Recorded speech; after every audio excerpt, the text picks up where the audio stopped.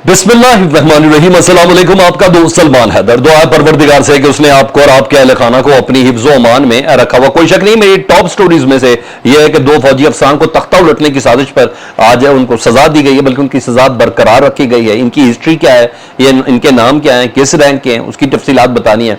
मैं क्यों कह रहा हूं अपने थंबनेल में कि शहबाज शरीफ के बाद नवाज शरीफ साहब का भी दस्ते रास्त, जी हाँ, निगरान हुकूमत का हिस्सा बन गया है। इससे किस किस किस्म के अंदाजे लगाए जा सकते हैं कि ताकतवरों का टिल्ट किस तरफ है। नवाज शरीफ और शहबाज शरीफ इतने मुतमईन क्यों नजर आ रहे हैं? वो इस तराबियत जो पीपल्स पार्टी आसिफ अली जरदारी और बिलावल भुट्टो के अंदर है, वो इस तराबियत नून लीग में क्यों नहीं है? मैं आपके सामने एविडेंस के साथ ये चीजें पेश करूंगा। एक अहम तरीन मैंने दस्ते रास्त लफ्ज इस्तेमाल किया, जी हाँ, निगरान हुकूमत का भी आंख का तारा बना है, वो उसकी कुछ तफसीलात हैं। दीगर कुछ चीज़ें वो भी बड़ी अहम है। अल-कादिर ट्रस्ट अपने मंतकी अंजाम की तरफ जानबूझ के कंक्लूजन की तरफ लेके जा रहे हैं जी नैब, और उसमें कुछ तेजियां मजीद हो गई हैं, कुछ नए लोगों को बुलाया गया है, उसकी कुछ डिटेल्स हैं। तो चीज़ें बहुत आम होने जा रही हैं। रिक्वेस्ट वीडियो मुकम्मल देखें। अगर चैनल देखते हैं और चैनल सब्सक्राइब नहीं करते तो चैनल सब्सक्राइब कर दें, ताकि मेरा और आपका ये राब्ता बहाल है। इमरान खान की जमानत साहब से शुरू करता हूँ जी।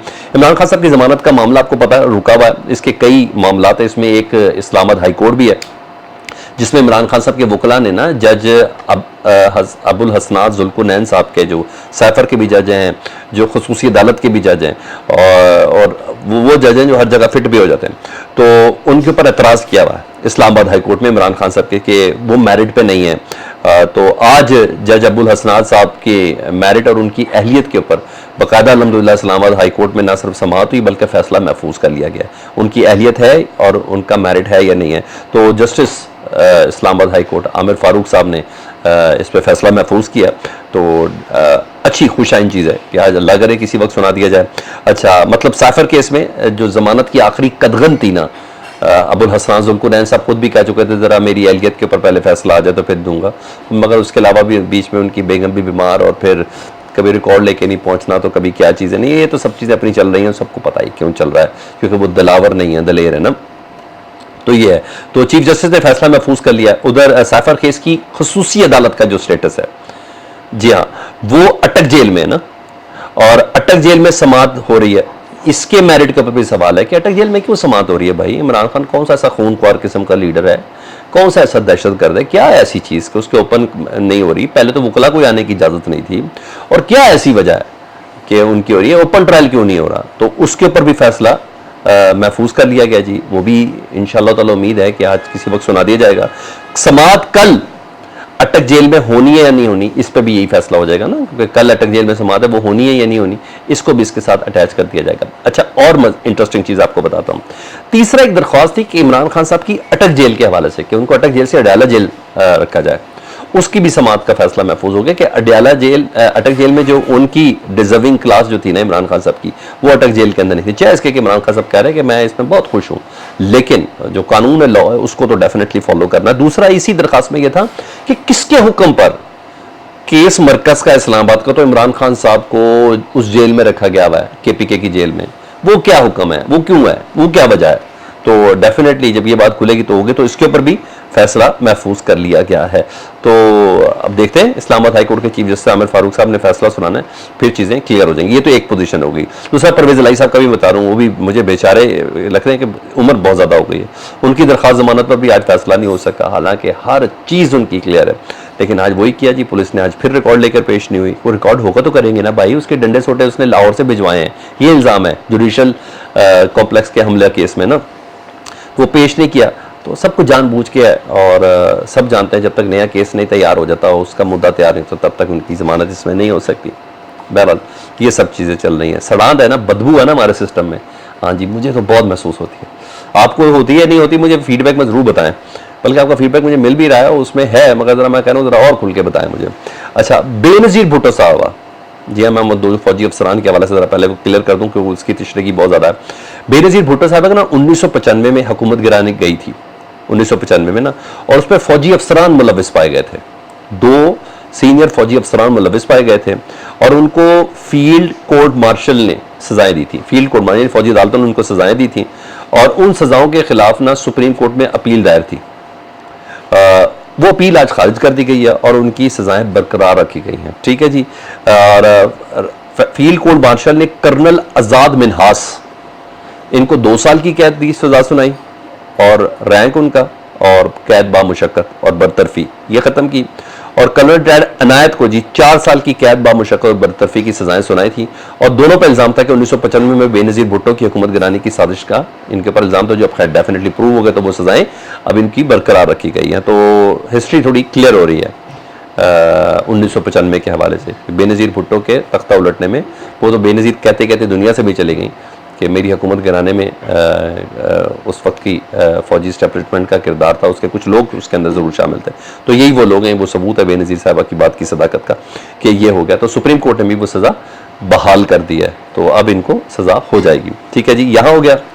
इन्होंने कहा था हमारा रैंक तो वापस किया जाए, हमारी पेंशन तो दी जाए, उन्होंने कहा नहीं नहीं नहीं, सज़ा बहाल है। शुक्र है इतने अरसे बाद सुप्रीम कोर्ट का ख्याल आया, लेकिन बहर आया। उधर 190 मिलियन पाउंड कह लें या कादिर ट्रस्ट केस कह लें, जो भी कह लें ना, वो चीज़ें भी आगे बढ़ी, बल्कि कंक्लूजन की तरफ बढ़ रही हैं। और नई चीज़ें अब जारी बातें बनानी है, समझ में आनी है, कुछ है नैब ने कुछ ना कुछ तो बनाना है, क्योंकि पता उनको सैफर किसी वक्त भी क्लियर हो जाना।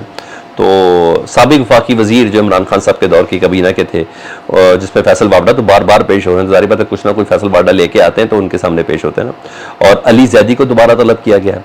इसके अलावा MQM के खालिद मकबूल सदीकी उस वक्त इमरान खान साहब की काबीना का हिस्सा थे, और फ़रोग नसीम, जी हाँ, उनको 14 सितंबर को तलब कर दिया गया। मतलब इनकी गिरफ्तारियाँ, इनकी गवाहियों के बाद इमरान खान साहब की नैब इसमें कोई गिरफ्तारी डाले तो डाले। तो यानी यहाँ काम, मैंने बोला ना कि कुछ चीज़ें बड़ी तेज़ी की तरफ साथ चल रही हैं, बहुत चीज़ें अपनी तेज़ी की तरफ बढ़ रही हैं। तो कुछ ना कुछ बहाने तो लगाने, ऐसे नहीं परवेज़ इलाही साहब का रिकॉर्ड नहीं पहुँचता, ऐसे नहीं इमरान खान साहब की ज़मानत नहीं हो रही, और सर उस फैक्ट्री में नए केस तैयार हो रहे हैं। वो फैक्ट्री कुछ प्रोड्यूस करेगी, क्या करें बेचारे, वो केस ही ऐसे होते हैं। तो लेकिन अब उस फैक्ट्री को भी थोड़ा ज़रा काम करने के लिए थोड़ा वक्त चाहिए ना। तो ये सब चीज़ें, तो अब गिरफ्तारी डालने में इनकी गवाहियाँ ज़रूर करेंगी।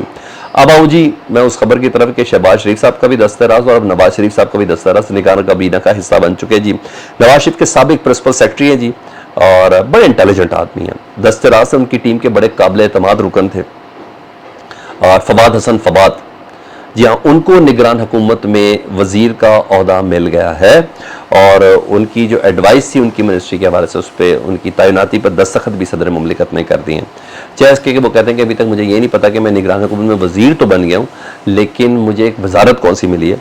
तो बहरहाल अंदाज़ा लगाया जा सकता है सर बहुत अच्छे से कि इससे पहले शहबाज शरीफ साहब के जो दस्तराज थे, अहद चीमा साहब, उनके केसेस भी सारे ख़त्म हो गए, जैसे के मासूम होंगे, मुझे नहीं मालूम इस बात का, केसेस भी ख़त्म हो गए।